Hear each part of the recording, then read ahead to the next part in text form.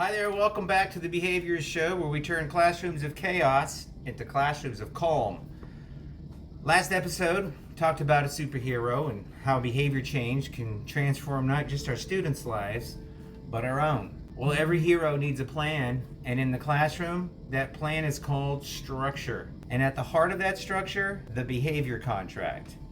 The line of boundaries agreed upon by everyone involved, and especially the student. Structure isn't just about rules or routines, it's about safety. Kids feel secure when they know what to expect. And when they feel safe, anxiety drops, learning rises, and behavior improves. That's why the behavior contract is so powerful. It's not a punishment tool, it's a relationship tool. It says, here's what we're both agreeing to. I'll hold you accountable, and I'll hold myself accountable too. Predictability, fairness, trust, three things every classroom needs. Now, I'm going to be honest, the behavior contract isn't always easy at first. It can be hard to enforce, especially in the beginning. But if you stay consistent, the hard work you put in up front will pay off later because you won't be chasing behaviors anymore. I hear it all the time. The behavior contract doesn't work. That's nonsense. In 18 years of working with hundreds of students, behavior problems, I can literally count on one hand how many times it hasn't worked. If it's not working, the problem usually isn't the contract itself. It's in the implementation. Either the rewards or the consequences just aren't motivating. And remember, behavior change rarely happens without discomfort.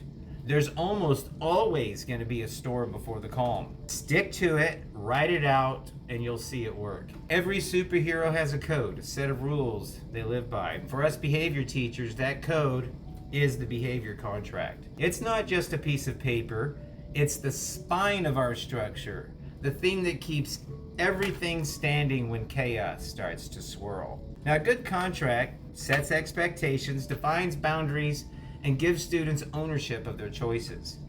And here's the key. Contract isn't passive. It's an active part of the day, a proactive measure to guide and influence behavior change. The student must take ownership of it. It's their deal, their data, their success story and progress. Every contract should include a way to earn extra Kudo Points. This is very important and key. Those little boosts recognize when the student goes above and beyond. Maybe they help a classmate without being asked. Maybe they stay calm in a tough situation, or maybe they just push through a particularly tough moment. Those points say, hey, we see you. You don't just meet expectations, you exceeded them.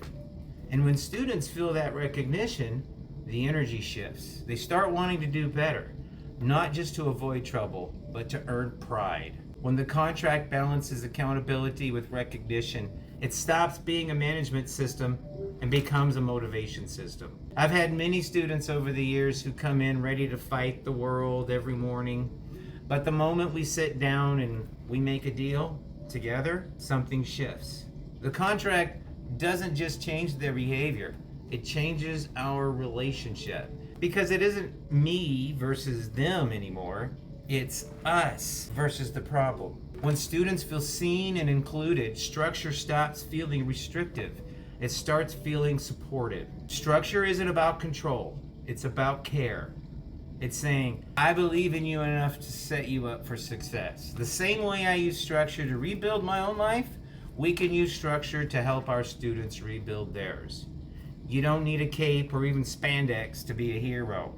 You just need a plan and the consistency to stick with it. Every classroom needs structure. Every student needs a roadmap, and every teacher needs to remember the contract isn't just for the student, it's for you too. When we hold ourselves accountable, we model exactly what we want to see. So stop being amazed.